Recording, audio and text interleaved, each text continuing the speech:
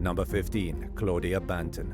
In August 2021, a 42-year-old New Yorker named Delia Johnson was shot execution-style from behind at point-blank range. The woman was walking along a busy sidewalk in Brooklyn's Crown Heights neighborhood when it happened. Surveillance footage of the horrifying crime shows a female suspect exiting the passenger side of a double-parked SUV, approaching the victim, shooting her, and calmly getting back into the vehicle. Shortly after the shooting, police pulled over a vehicle matching the description of the SUV associated with the crime. But at the time, they were under the impression that Johnson's killer was a man, and they let the vehicle's occupants go. They only later realized that they had let the accused killer, 42-year-old Claudia Banton, slip through their grasp. Johnson's family told the New York Daily News that they believe Banton followed the victim from a neighborhood funeral.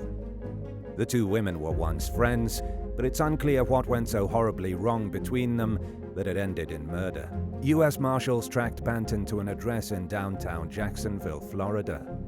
After conducting surveillance on her and confirming that she was the woman they were looking for, they apprehended her during a traffic stop. Banton was extradited to New York, where she faces a second-degree murder charge. The case appears to be ongoing. Number 14. Hakan Aysal.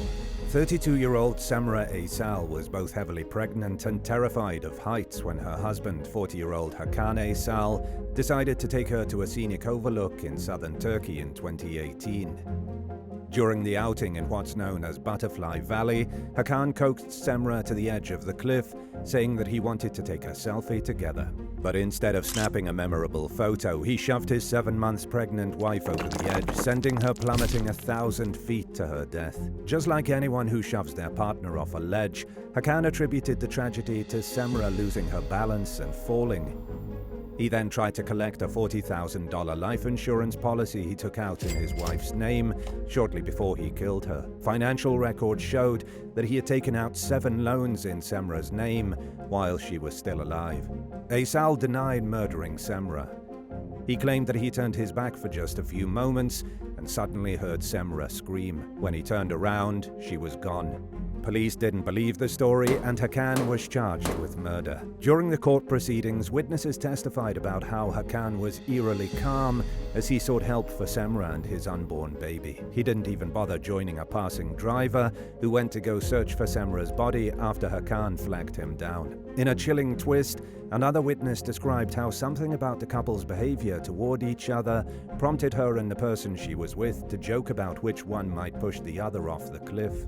And while nobody managed to record footage of Hakan pushing Semra off the cliff, someone else who was at the park that day captured a video of Hakan trying to persuade his wife over to the edge. In it, Hakan is acting overly pushy to the point where he's practically dragging Semra over to the edge. During Hakan's trial, Semra's brother described seeing no emotion from his brother-in-law right after Semra's death, even as the family went to retrieve the slain woman's body from the medical examiner's office.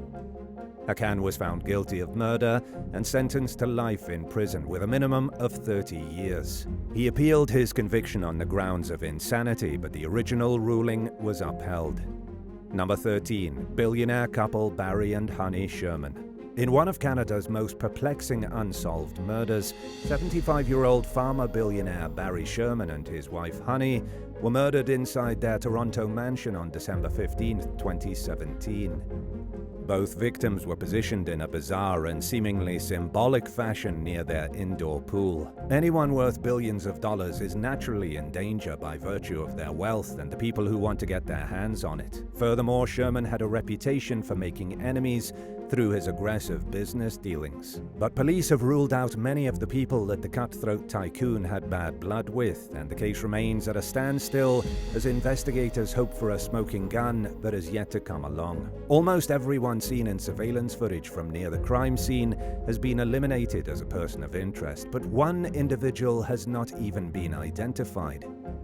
Authorities believe that figuring out who the person is could be the key to finally solving the homicide.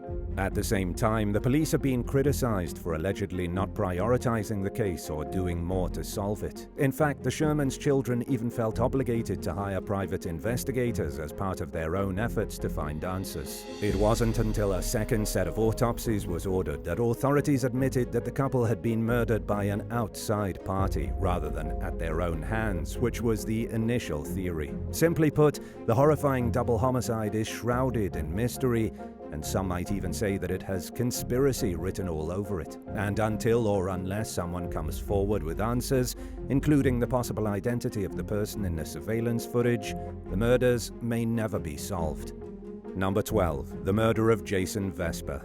Camera footage has proven to be a godsend when it comes to solving crimes and securing convictions in court, but sometimes it's not enough. One Nebraska family is still without answers more than 15 years after the murder of their loved one, 40-year-old Jason Vesper.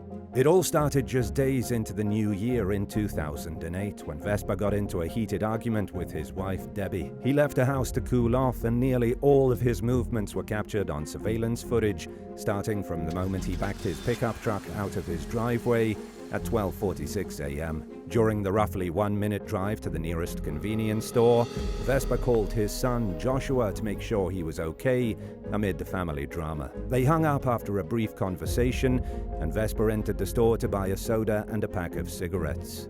At 12:56 a.m., just 10 minutes from the time when Vesper left the house, a security camera at a city-owned property captured video of the moment police believe he first encountered his killer. In the clip, another car could be seen making a U-turn and following Vesper. About a minute later, a church camera recorded footage of Vesper and the car that appeared to be chasing him. The driver of the pursuing car seemed to be trying desperately to get Vesper to pull over by flashing his lights. Both vehicles stopped out of the camera's view, at which point detectives believe the suspect got out of their car and stabbed Vesper 16 times. At 1:06 a.m., Vesper was found clinging to life in his truck just blocks from his house. Investigators believe he was trying to make it home after being stabbed. Only 20 minutes passed between the time the victim left his house to the time he was found with stab wounds, and the actual stabbing was the only part of the ordeal that wasn't captured on camera. The stabbing had been brutal, and saving Vesper proved impossible. Police had a difficult time determining what type of vehicle the suspect was driving due to the brutal winter weather obscuring the camera's view. An expert has narrowed down the range of possible cars to a Cadillac DeVille or Fleetwood from sometime between 1985 and 1988, or an Oldsmobile 98 from sometime between 1985 and 1990. Vesper's wife has been cleared as a person of interest in the case. Authorities have never identified the vehicle or any suspects, and Vesper's killer remains at large. Number 11. Deadly domestic dispute. A domestic dispute in Las Vegas took a deadly turn in November of 2021 when a husband allegedly got into his pickup truck and mowed down his wife's illicit lover. According to prosecutors, 32-year-old Michael Daniels was seen ramming into the victim's motorcycle on surveillance footage from the crime scene. The victim, 24-year-old Ryan Pillar, died from his injuries, and based on the footage, authorities concluded that the crash was intentional. At the time, Daniels was already wearing an ankle monitor due to his prior criminal cases. He had also been arrested at least 3 times for allegedly beating up his estranged wife. In one case, he was accused of strangling the victim with an extension cord. During another dispute in 2018, Daniels was accused of firing live rounds at his wife, her father, and her new partner. The following year, he was busted for grand larceny. Despite his repeated arrests, Daniels seemed to always avoid any major consequences. But now that a life has been taken, authorities are singing a different tune. Prosecutors charge Daniels with murder, and while the case appears to be ongoing, he probably won't be getting off scot-free this time. Number 10. Deshaun Thomas. In a horrifying act of violence that was captured on camera in early 2023, a homeless man named David Saldana was fatally shot in broad daylight in St. Louis, Missouri. Footage showed the shooter talking on his cell phone while loading his gun. He then approached Saldana from behind as he sat on a sidewalk and fired a bullet into the back of his head. The suspect, 23-year-old Deshaun Thomas, fled the scene and was captured outside the city's public library shortly after the shooting. He was charged with first-degree murder and armed criminal action. For now, the motive behind the incident remains unclear. Rumors claim that Thomas and Saldana had a disagreement outside a Shell gas station earlier that day. It's unclear whether they knew each other. This didn't surprise local business owner Brad Waldrop, who told Newsweek that there have been 20 shootings at that particular Shell gas station since 2019 and around 600 calls for emergency services. Authorities remain tight-lipped about the details of the crime as the case works its way through the court system. Number 9. Marcus Ely and Mario Fogler. 21-year-old Malcolm Avery Johnson Jr. was walking along a Miami sidewalk in May of 2023 when he got into a confrontation with the occupants of a passing car. Surveillance footage showed a black Nissan Maxima pulling up to Johnson at around 1 o'clock in the morning. A suspect identified by police as 20-year-old Marcus Ely could be seen exiting the passenger side of the vehicle and pointing a gun at Johnson. According to an arrest warrant, Ely grabbed Johnson's chain while another suspect, 22-year-old Mario Fogler, got out of the car with a gun in his hand. Fogler went through the victim's pockets as Ely struggled to maintain control of Johnson. During the struggle, Ely allegedly fired 4 rounds at Johnson, striking him in the head and chest. The suspects fled the scene and Johnson was found dead from his injuries with his broken chain laying on the ground nearby. Police identified the vehicle the suspects were driving via a license plate reader. It was a rental car that had been reported stolen by a woman who accused 3 men she was hanging out with of driving off in it. She identified one of the alleged thieves as a man named Marcus and said that he threatened to kill her when she called him and told him to return the car. The woman also provided police with a photo of the second suspect, Mario Fogler, who was identified using facial recognition technology. Fogler and Ely were taken into custody in Hollywood, Florida, close to where the stolen car was found abandoned. Ely's brother, who works as a police investigator in Georgia, contacted law enforcement claiming that Ely threatened to kill their mother on the night of Johnson's murder. He reportedly identified Ely in the video of the shooting. Both suspects remain behind bars in Miami-Dade County, where they each face a first-degree murder charge. Number 8. The murder of Elizabeth Liz Barraza. 29-year-old Elizabeth Liz Barraza and her husband Sergio were just days away from leaving for a Florida vacation to celebrate their 5th wedding anniversary in early 2019 when she decided to hold a yard sale to make some extra money for the trip. As Sergio left for work one morning, Liz set up for the sale outside the couple's Tomball, Texas home. Surveillance footage would later show that Sergio had just driven away from the house when an unidentified individual, who appeared to be wearing a disguise, crept up the driveway toward Liz. In the video, Liz could be heard greeting the person, followed by a brief conversation lasting no more than 6 seconds. The mysterious figure suddenly shot the young woman 3 times at point-blank range with a revolver, causing her to collapse. As Liz lay dying on the ground, the killer stood over her and fired one last shot before sprinting away from the scene. The footage showed the killer driving away in a Nissan Frontier pickup truck, which could also be seen driving around the neighborhood before and after the murder.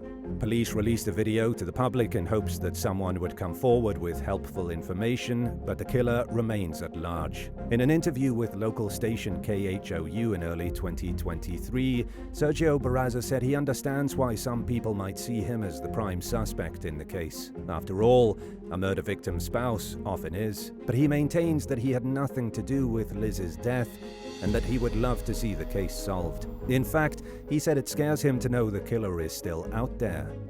He has also never been charged in connection with the murder. Number 7. Scott Jones.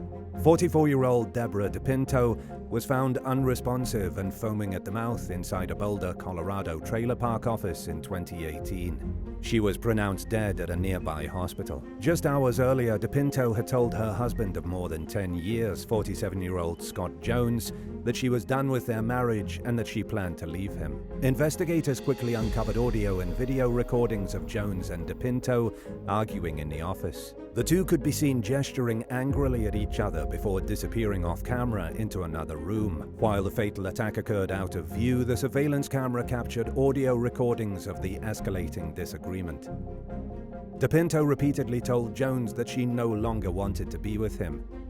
She could also be heard saying, "You can't force me to love you anymore," telling Jones that he made her feel terrible and instructing him to stop blocking the doorway. Shortly thereafter, DePinto screamed twice. It was clear, based on the banging, slapping, and other sounds, that a struggle was occurring. Jones could be heard shouting, "You're done," as DePinto gasped for air and begged for help. Her pleas were followed by a repeated thumping sound until finally all went silent. After the attack, Jones paced around and talked to himself, repeatedly saying, "Oh my God." He initially denied any involvement in Deborah's death, but he changed his story when police confronted him with the recording. Jones allegedly said that Deborah died of asphyxiation and that he didn't mean to do it, but that everything was going so fast. The accused wife killer claimed that Deborah was cheating on him with several men and rubbing it in his face, and that he just snapped. A jury found Jones guilty of second-degree murder in December 2019. He received a maximum sentence of 48 years in prison. Number 6. The murder of Tyesha Merritt. 27-year-old Tyesha Merritt was on her way to a family barbecue in Sunnyvale, Texas, with her brother and his 3 children in June of 2023 when they were met with unexpected violence. Surveillance footage showed a newer model black Toyota Camry pulling up behind Tyesha's parked vehicle outside a townhome complex. A masked gunman could be seen exiting the front passenger side of the Toyota, approaching the vehicle occupied by Tyesha and her family. He opened fire on the occupants, firing multiple bullets into Tyesha's midsection and injuring everyone else. In what became Sunnyvale's first murder in 20 years, Tyesha died from her injuries. The killer's motive remains unclear. Law enforcement has shared the video with the public in hopes that someone with crucial information will come forward and help identify the suspects. Unfortunately, the case remains unsolved, and if anyone knows anything, they're keeping it to themselves. The town of Sunnyvale is offering a $25,000 reward for information leading to the arrest and/or conviction of the suspects. Number 5. Vesta Lee Flanagan. Reporter Allison Parker and photojournalist Adam Ward had no idea that a disgruntled former colleague was lurking nearby while they reported live in Virginia one morning in 2015. The pair were interviewing Monetta's Chamber of Commerce director Vicki Gardner for local station WDBJ7 when shots suddenly rang out. The gunfire was followed by screams as the shooter fired at Parker, Gardner, and Ward, who all fell to the ground. Before the broadcast was shut off and turned back over to the studio, Ward's camera caught a brief glimpse of the shooter, who fired 15 shots total. Parker and Ward died in the shooting, while Gardner played dead and waited for help to arrive. In the meantime, the gunman ran off. The team over at the news studio recognized the shooter as a former employee named Vesta Lee Flanagan, who had been fired after his colleagues complained about feeling uncomfortable and threatened near him. He had a history of acting aggressive at work and was let go less than a year after starting the job. It was the second time a news station fired Flanagan for his alarming behavior. Hours after the shooting, he posted a tweet featuring disturbing video footage of Ward's final moments and complaining that she complained to human resources about him after working with him one time. He then led police on a high-speed chase and crashed his car, at which point he decided that taking his life was the better alternative to facing justice for his crimes. Number 4. Nerman Sulejmanovic. In August of 2023, a 35-year-old Bosnian bodybuilder named Nerman Sulejmanovic live-streamed a horrific crime spree in a series of videos that he posted on social media. It all started during a morning broadcast when Sulejmanovic said that everyone was about to witness a live execution. He then turned the camera to his bleeding and disfigured ex-wife and basically said that this was what he did to her for calling the police on him. Around 12,000 people were watching as Sulejmanovic shot his wife in the head. The enraged athlete then proceeded to go on a shooting spree in the city of Gradačec while the police chased after him, during which time he claimed to have killed at least 2 more people. Authorities later identified the second and third victims as a man and his son. Sulejmanovic also injured 3 more victims, including a police officer and 2 civilians, and he also died during his unchecked rampage. A police spokesperson condemned the senseless violence, and while the agency declined to offer a motive for the crimes, it was clear during Sulejmanovic's broadcast that he was upset with his ex for reporting him to the police for domestic abuse. The bodybuilder also had a criminal history, including charges for smuggling drugs and attacking a police officer. In a statement, the United Nations expressed feeling horrified by the live-streamed murder and a theme of femicide that it conveyed. The agency urged authorities in Bosnia and Herzegovina to do everything in their power to eliminate the senseless murder of women throughout the country. Number 3. Murder on the high seas. In 2015, horrifying footage surfaced of a man being mercilessly shot to death on the open ocean. In the video, the man could be seen raising his hands as a display of surrender just moments before a bullet struck him in the head. The water turned red with blood as the victim floated face down. At least 40 more rounds were shot as the killer fired indiscriminately at 3 other men as they clung to what looked like the debris of a wrecked wooden boat. The bullets came from one of several tuna longliners that surrounded the unarmed men during their desperate final moments. Over one of the ship's loudspeakers, someone could be heard shouting, "Shoot, shoot, shoot." Even more disturbingly, several crew members laughed about the murders after the fact and posed for selfies.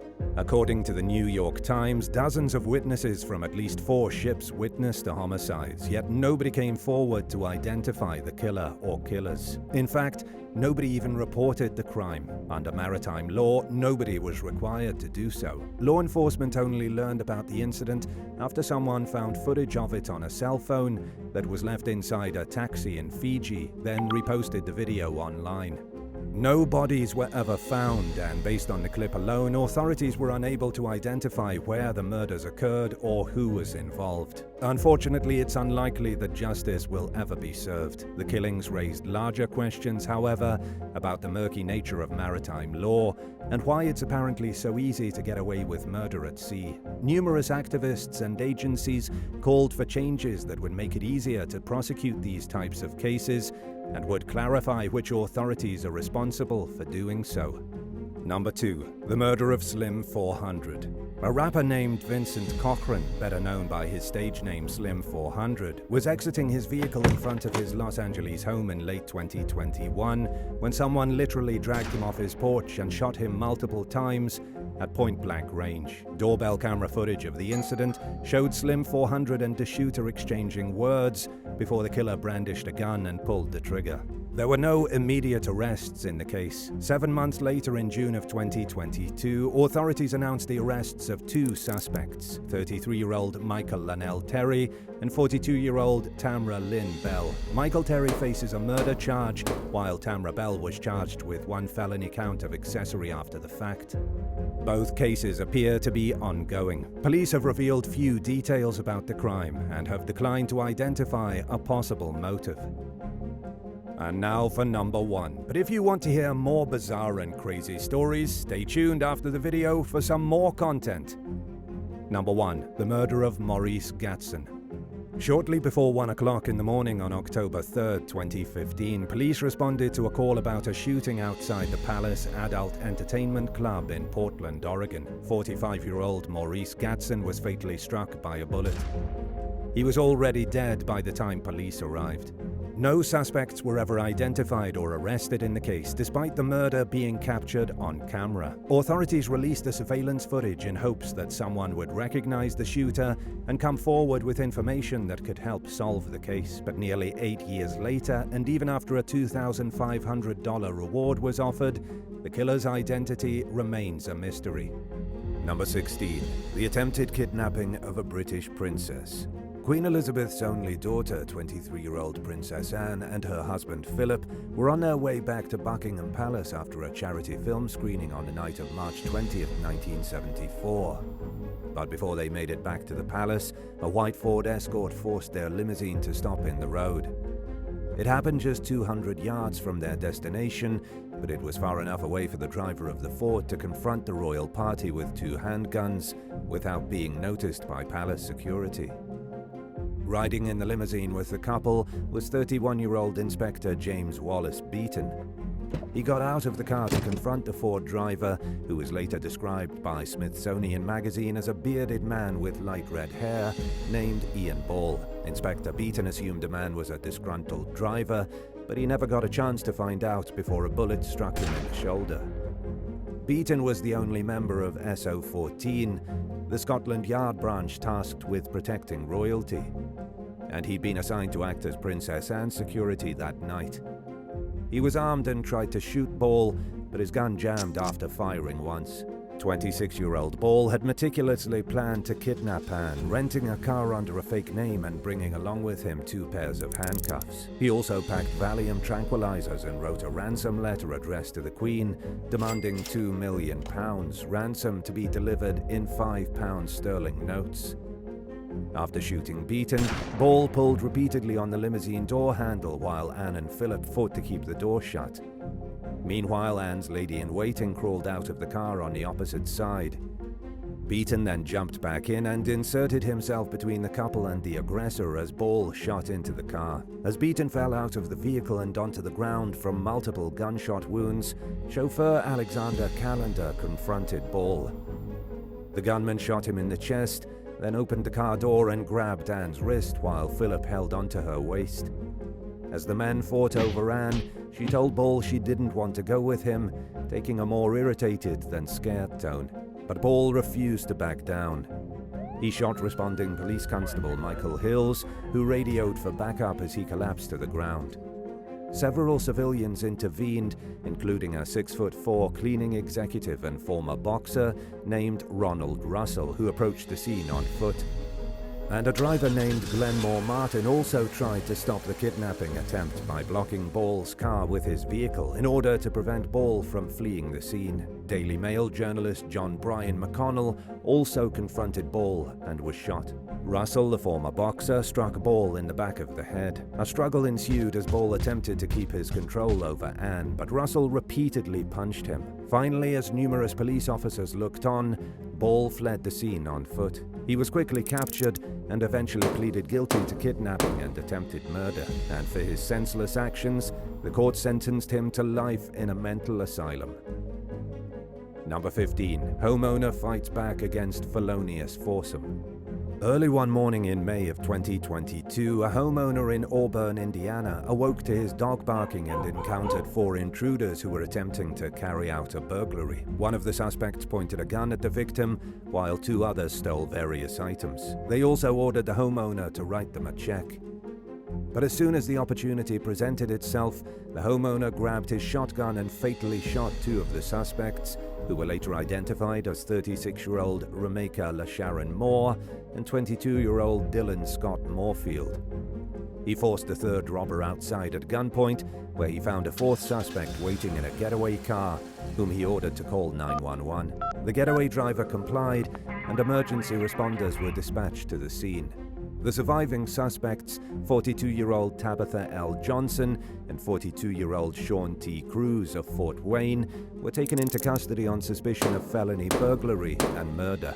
Although neither of them fired the shots that killed their co-conspirators, Indiana law allowed for them to be held responsible for their accomplices' deaths. While researching the suspects' backgrounds, local station WANE 15 discovered that all 4 of the alleged burglars had criminal histories. Records showed that Tabitha Johnson had multiple prior misdemeanor convictions, with the most recent being for 1 count of possession of a narcotic resulting from a plea deal she took in 2021. Her crime stretched as far back as 2000, when she was convicted of non-support of a dependent child. Sean Cruz had at least 3 felonies under his belt, including a 2014 forgery conviction, as well as theft convictions from 2009 and 2012. Authorities deemed the shooting justified under Indiana's Stand Your Ground law and declined to press criminal charges against the homeowner. During the investigation, detectives learned that Johnson had stayed with the homeowner on and off for roughly a decade. It's believed that she told her co-conspirators about possible valuables that might be in the home, and as it turned out, the 4 suspects had gone to the residence the day before the intrusion and had pressured the homeowner to give them money. But when their request for cash was denied, they returned early the next morning and took a more forceful approach. Johnson pleaded guilty to 1 count of burglary in exchange for having the murder charge dropped. She received a 14-year prison sentence for her role in the botched robbery.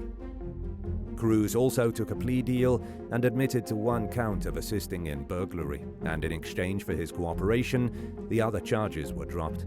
The prosecution recommended a 4-year sentence with only 2 to be served in prison, and he also urged the judge to require Cruz to undergo drug rehab. Cruz is scheduled to be sentenced on June 12, 2013. Number 14. Tennessee homeowner defends teenage son. A Murfreesboro, Tennessee homeowner was at his house with his teenage son and his dog when 2 masked intruders broke in at around 8:30 p.m. one day in May 2023. The burglars used a taser on the dog and held the teenager at gunpoint, but luckily the homeowner had enough time to retrieve his gun.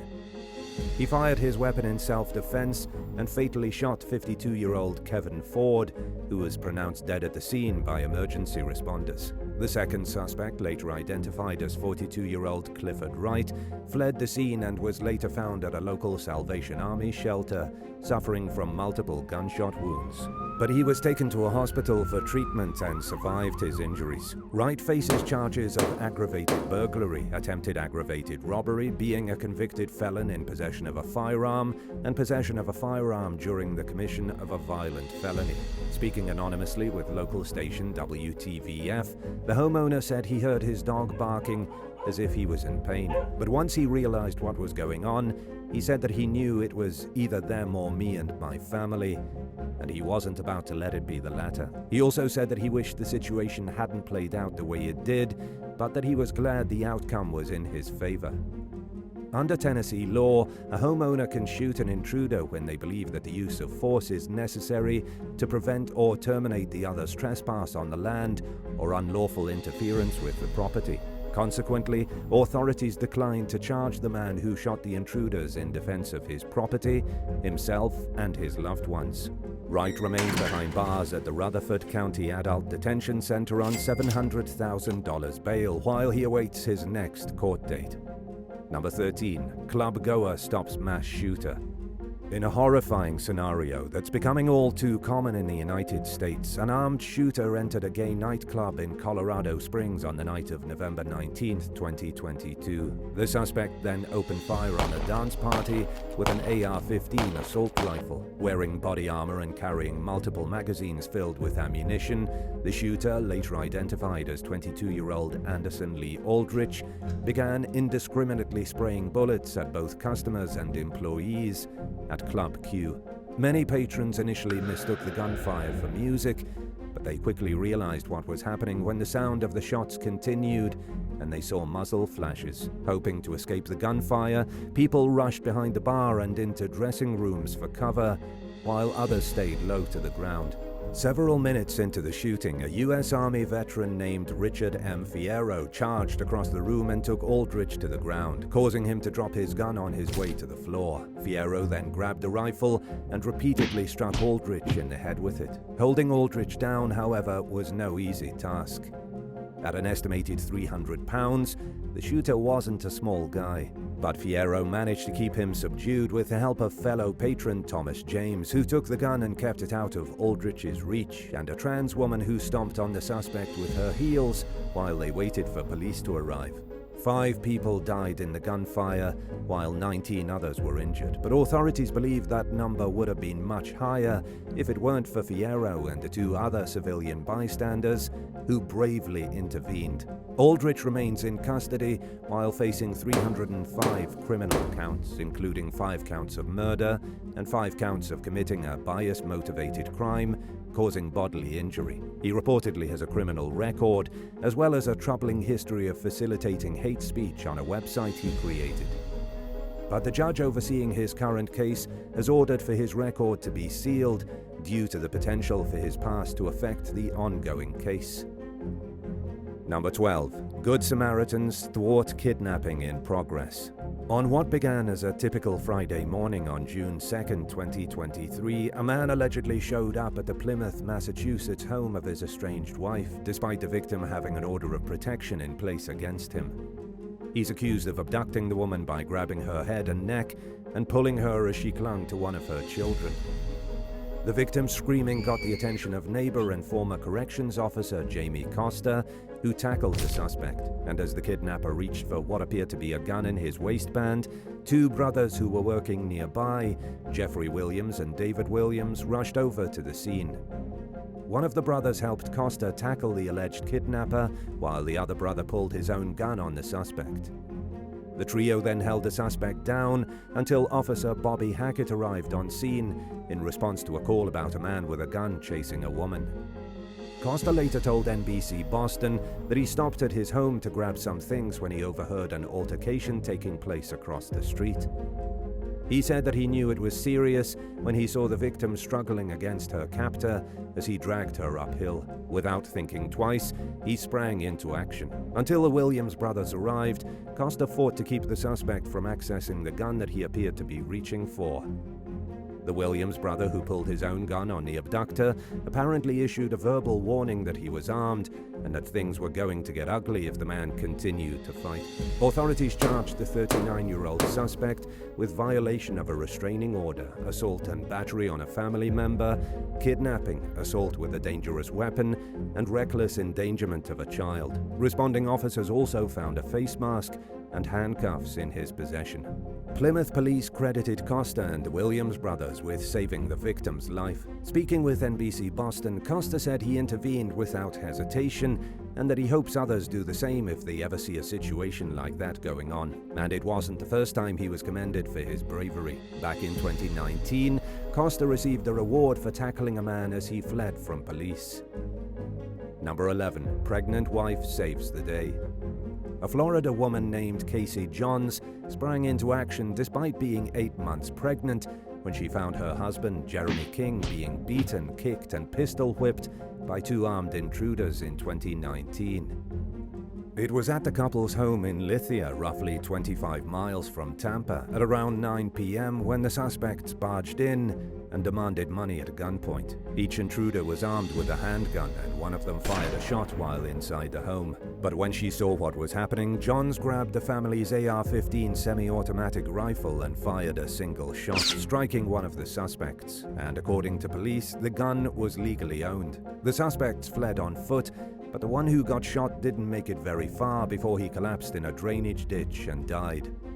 Authorities identified the deceased intruder as 27-year-old Joseph Michael Byers.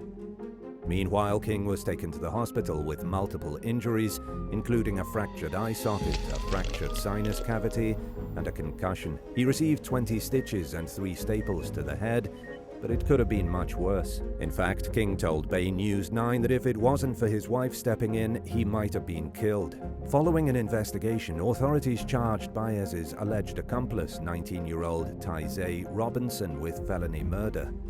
And although King's wife fired the fatal shot, investigators determined that the shooting was justified from the homeowner's standpoint and that Robinson could be held accountable for his co-conspirator's death. They also charged the suspected getaway driver, 24-year-old Kiara Rajans, with accessory to felony murder. King said that neither he nor his wife knew their attackers, but it appeared as though the suspect specifically targeted the family, according to Major Frank Lossett from the Hillsborough County Sheriff's Office, who spoke with reporters on the scene. Moreover, law enforcement believed that the Kings were targeted because of criminal activity that was allegedly going on in the home at the time of the crime. Consequently, Child Protective Services concluded that the couple's children were in an unsafe environment and removed them from the home, leaving Jeremy King both appalled and dumbfounded, as he put it. Speaking with Bay 9 News, King adamantly denied any ongoing criminal activity at his home, despite having a marijuana possession conviction on his record. And as if the case wasn't already complicated enough, in early 2020, authorities charged yet another suspect for their alleged involvement in the crime. 19-year-old Dalton Martin was at the King's home when the attempted robbery occurred, and the victims reportedly found it suspicious that he didn't take action to try stopping the crime in progress. According to investigators, this was because Martin knew about the home invasion ahead of time and was in on it. For his role in the crime, he was charged with second-degree felony murder with a firearm. Martin narrowly avoided prison time and was sentenced to 15 years of probation, while Tyze Robinson was acquitted by a jury. The outcome of the case for the third surviving suspect, Kiara Rajans, is unclear, and it's unknown whether King got his children back. Number 10. Alicia Dicken. There are few issues that Americans are more divided on than guns, especially as the United States remains plagued by record shootings in recent years. But it was hard to deny that it was a good thing 22-year-old Elisha Dicken had his gun on him when a mass shooter opened fire at a shopping mall in Indiana in 2022. The incident in question began in a food court at Greenwood Park Mall shortly before 6 p.m. on Sunday, July 17th. Dicken was shopping with his girlfriend at the time, and the mall was getting ready to close when gunshots echoed through the building. Less than 2 minutes after the shooting began, Dicken pulled his handgun and opened fire on the suspect, who tried fleeing into a nearby bathroom, but was fatally struck by the gunfire. 3 civilians lost their lives in the mass shooting, and 4 others were injured, but authorities believed those numbers would have been much higher if Dicken hadn't intervened. Investigators identified the shooter as a 20-year-old local resident with no criminal history named Jonathan Douglas Sapperman. He entered the mall with 3 guns and over 100 rounds of ammunition in his possession that day. But thanks to Dicken's response to the gunfire, he only managed to shoot 24 rounds before he was stopped. Sapperman was responsible for all 3 civilian deaths that occurred. Over a 5-year period starting in 2017, the suspect had made over 200 Reddit posts referencing mass shootings. And while none of his commentary suggested that he was actually planning on committing one, he seemed oddly fascinated with gun crimes and had a troubling fixation with Nazi Germany. In the months leading up to the shooting, Sapperman had quit his warehouse job and was facing eviction from his apartment. During a press conference the day after the shooting, Greenwood Police Chief Jim Ison described Dicken's actions as nothing short of heroic, as well as proficient and tactically sound. He further explained how the quick-thinking civilian engaged the shooter from quite a distance as he moved in on the suspect while motioning for people to exit behind him. Authorities determined that Dicken was carrying his gun lawfully and that his decision to respond to the gunfire by shooting at Sapperman was justified. Dicken had no police or military training, but had been taught to shoot by his grandfather. Number 9. Relative rescues kidnapping victim.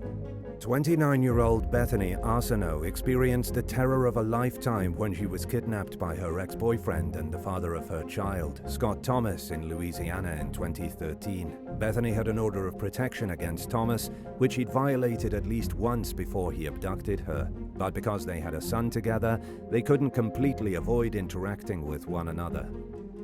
The kidnapping happened when Bethany went to pick up her son from Thomas after finishing her workday. According to a police interview, Thomas tried to hug Bethany while she stood outside his car.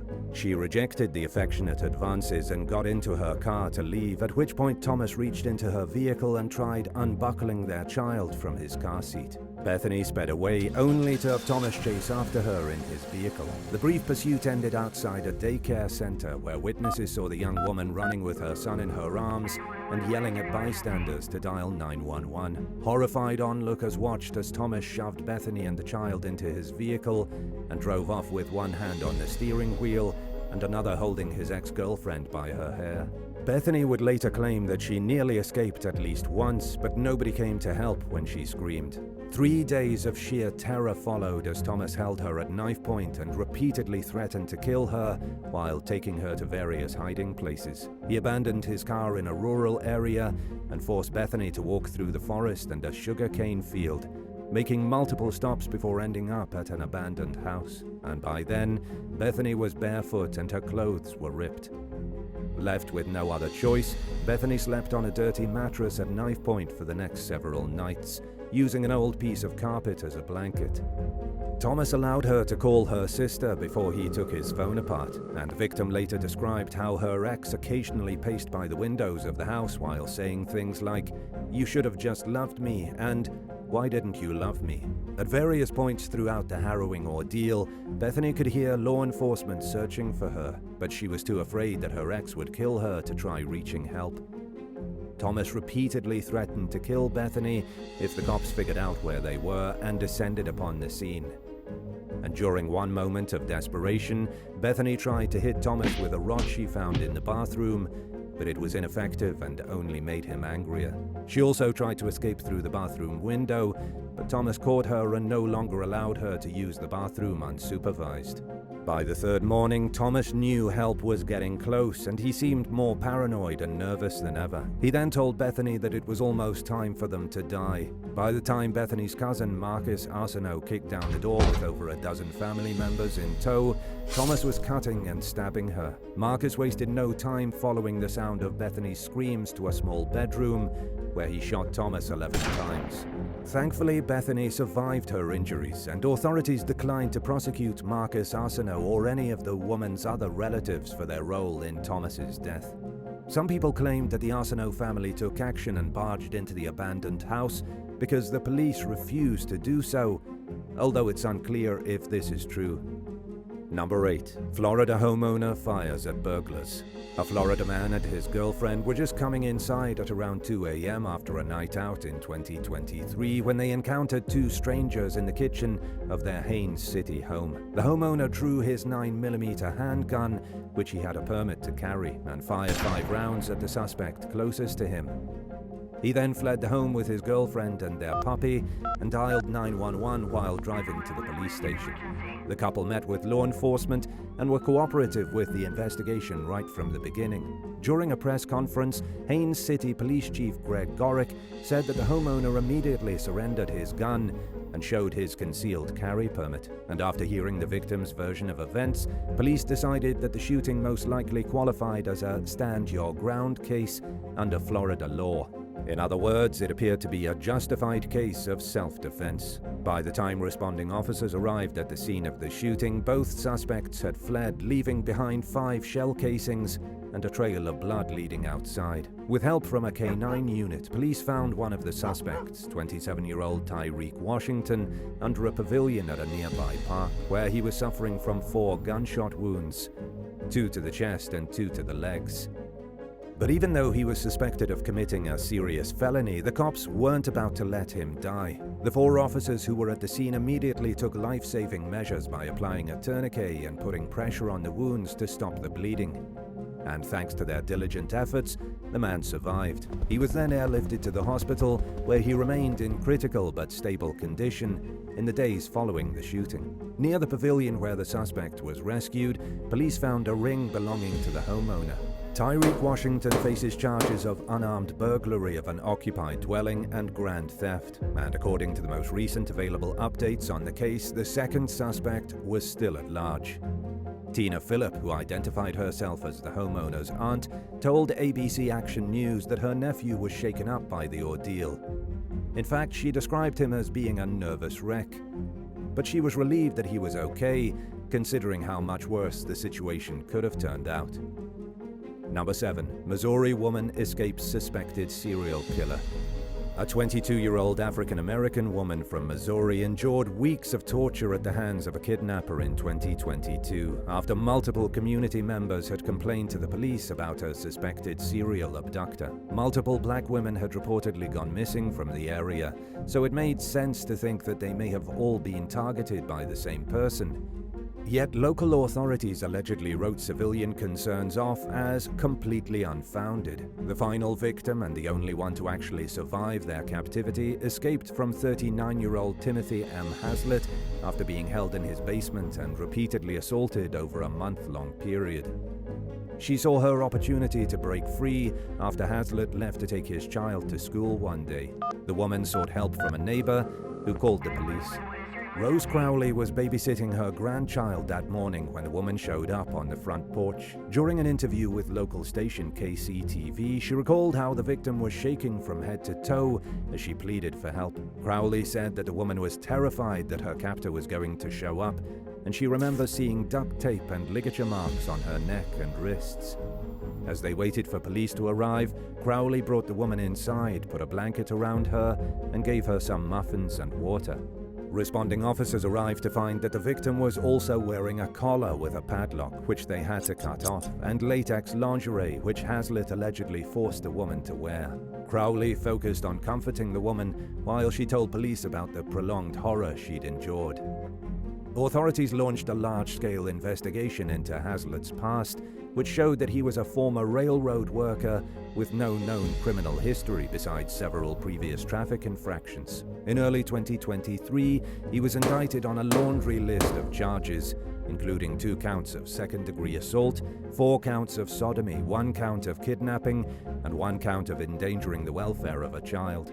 According to the most recent updates on the case, Hazlitt is being held on $3 million bond as his case continues to work its way through the court system. And although it remains unclear whether there are other victims, the investigation is ongoing. And while the brave woman who managed to escape didn't stop Hazlitt in a conventional sense, it's thanks to her quick thinking that the suspect is no longer able to harm innocent civilians. Number 6. Ansley Pacheco. OnlyFans star and Instagram model Ansley Pacheco was at her home in Hialeah, Florida with her son, her husband Daniel, and some friends one evening in 2020 when a pair of masked intruders barged in with Uzis and opened fire. The armed suspects got into the apartment by following a guest as he was arriving and pushing their way in as he entered. Harrowing surveillance footage captured the men shooting at Daniel and his friends while Ansley hurried to grab her own handgun. Dressed only in her underwear, she shot back at the burglars from her bedroom while yelling at them not to shoot because her son was in the room with her.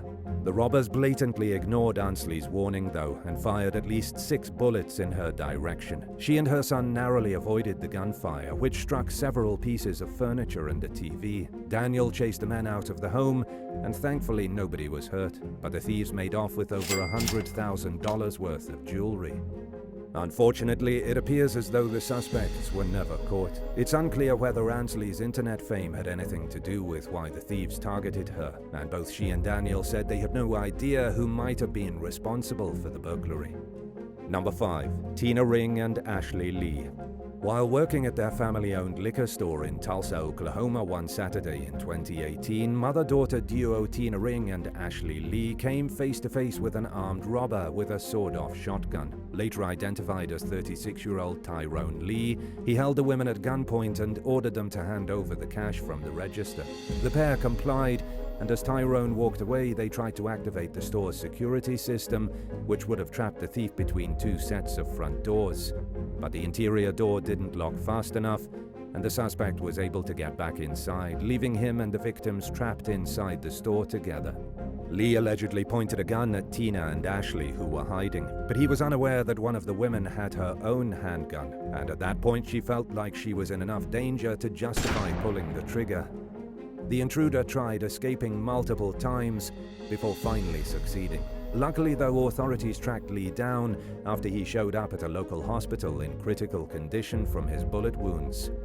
Once he was well enough to be placed behind bars, he was taken into custody on suspicion that he committed as many as 9 burglaries in the week leading up to the botched liquor store robbery. During an interview with local station KFOR, Tyrone Lee apologized for his actions. But it wasn't enough to spare him from the legal consequences of his crimes, and in the end, he was sentenced to 22 years in federal prison, followed by 5 years of supervised release. Number 4. Trio robs the wrong house.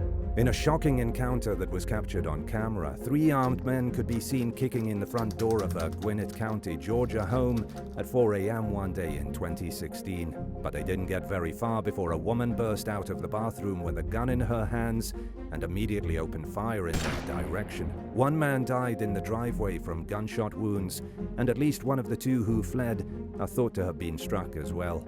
In the security video, the woman's roommate could be seen consoling her and taking the gun from her hands as she stood at the scene trying to process what had just happened.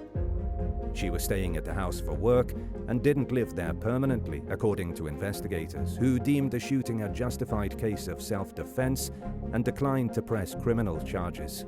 However, authorities did decide to hold one of the suspects, Bernard Little, responsible for the fatal outcome of the home invasion. 18 months after the botched burglary, he was charged with a slew of crimes, including felony murder, armed robbery, being a convicted felon in possession of a firearm, and aggravated assault. He was convicted of the charges and was sentenced to 25 years in prison. According to records, he'll see freedom again by the year 2043. Bernard Little already had multiple serious felony convictions on his record before the deadly intrusion. In 1997 alone, he was convicted of kidnapping, 2 counts of possession of a firearm during a crime, 3 counts of carjacking, armed robbery, aggravated assault, and more. And by the time he got caught for his most recent offenses, he'd already served 15 years for previous crimes. Number 3. Shay Lindberg. Shay Lindberg was preparing to leave her office in downtown Des Moines in early 2023 when she noticed 2 homeless people, later identified as 56-year-old Lori Potter and 43-year-old Michael Ross, pacing back and forth near her door. She became slightly concerned when she noticed one of the suspects allegedly waving at her young son in an apparent attempt to try getting him to go with them. But Lindberg wrote off her concerns and concluded that the pair were likely just there to apply for a job. Instead of remaining safely inside her office, however, she decided to leave. After walking out the door, Lindberg was approached by Potter, who she later accused of grabbing her son and claiming that she was the boy's real mother. Potter allegedly yelled at Lindberg to give her child back and began running away with the woman's son in her arms. According to a police report, Lindberg pulled a gun and ordered the 2 suspects to leave the building immediately. Luckily, the pair obeyed her command and she successfully thwarted the attempted kidnapping of her little boy. In the words of Des Moines police spokesperson Sergeant Paul Parizak, Lindberg's decision to brandish a weapon had the desired effect, and luckily no actual violence was necessary. Police eventually caught up with Potter and Ross nearby and took them into custody on 1 count each of felony child stealing. This case is recent though, so they have yet to receive their sentences. Number 2. Joe Howard Teague. Frustrated with repeated home break-ins, a 93-year-old retired plumber named Joe Howard Teague decided to turn the tables on a group of intruders who kicked in his front door one day in early 2022. Armed with a pistol, he confronted the thieves in his Moreno Valley, California home and attempted to put them under citizen's arrest. But they refused to comply with Teague's orders and began throwing things at him, so he called 911 and told the dispatcher that he was holding several suspects amid a burglary in progress at his home. Riverside County deputies arrived to find at least 1 suspect suffering from a gunshot wound. The others, which included at least 1 female suspect, had fled the scene on foot, according to witnesses. Emergency responders rushed the wounded suspect, 33-year-old Joseph A. Ortega, to the hospital in critical condition, while law enforcement took Teague to the station for questioning. After hearing the senior citizen's version of events, detectives decided that the shooting appeared to be justified. Ortega died from his injuries a week after the botched robbery, and in a statement, the Sheriff's Department reiterated that it had no plans to charge Teague in connection with the shooting. Number 1. Sean Patrick Zuniga. 3 Texas residents were at their northeast El Paso home one morning in early 2023 when an intruder broke in at around 9 a.m. and fired a gun, injuring a dog at the residence. 37-year-old Sean Patrick Zuniga, who lives at the house, responded by pulling his own handgun and returning fire, striking the intruder. He and the other 2 residents, 60-year-old Danny Russell Dennington and 32-year-old Danny Marshall Dennington, gave responding officers a description of the intruder, who fled on foot. The suspect, 29-year-old Bruce Wayne Murphy, was found at a nearby intersection yelling for help and saying he'd been shot. He was taken to a local hospital for treatment, with plans to transport him to the El Paso County Jail on suspicion of burglary of habitation once he was well enough. According to current records, there's nobody by Murphy's name currently being held, suggesting that he's still in the hospital. Either that or he was taken to jail and posted the $500,000 bond the judge set. Thanks for watching. Would you rather unknowingly erase footage of a serious crime from your home surveillance camera, or realize when it was too late that you should have reported the screaming you overheard from your next-door neighbor's house? Let us know in the comments below, and remember to subscribe. See you next time. Bye.